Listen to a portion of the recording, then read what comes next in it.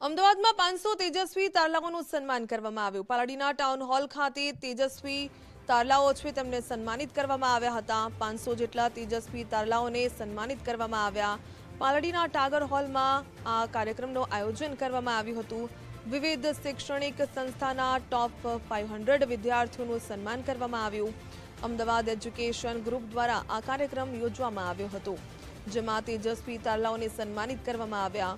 ગૌભક્ત ચૈતન્ય શંભુ અને પૂજ્ય લંકેશ બાપુ આ કાર્યક્રમમાં ઉપસ્થિત રહ્યા। વિદ્યાર્થીઓએ પર્યાવરણ સંરક્ષણ, વૃક્ષારોપણ, પાણી બચાવવાના શપથ લીધા।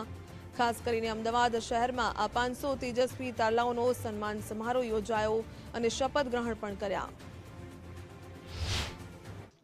અમદાવાદ એજ્યુકેશન ગ્રુપ એ અમદાવાદનું એક શૈક્ષણિક સંસ્થાઓ 250થી વધારે શૈક્ષણિક સંસ્થાઓ અને એમની સાથે 10,000થી વધારે કાર્યરત શિક્ષકો, શિક્ષણવિદો અને 1 લાખથી વધારે વિદ્યાર્થીઓ ધરાવતું એક NGO ગ્રુપ છે।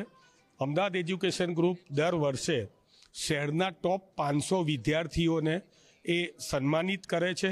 આજે એ ટોપ 500 વિદ્યાર્થીઓને સન્માનિત કરવા માટે થઈને ખાસ કરીને ચૈતન્ય શંભુ મહારાજ અને ડૉક્ટર લંકેશ બાપુના આશીર્વચનથી તેઓને સન્માનિત કર્યા છે।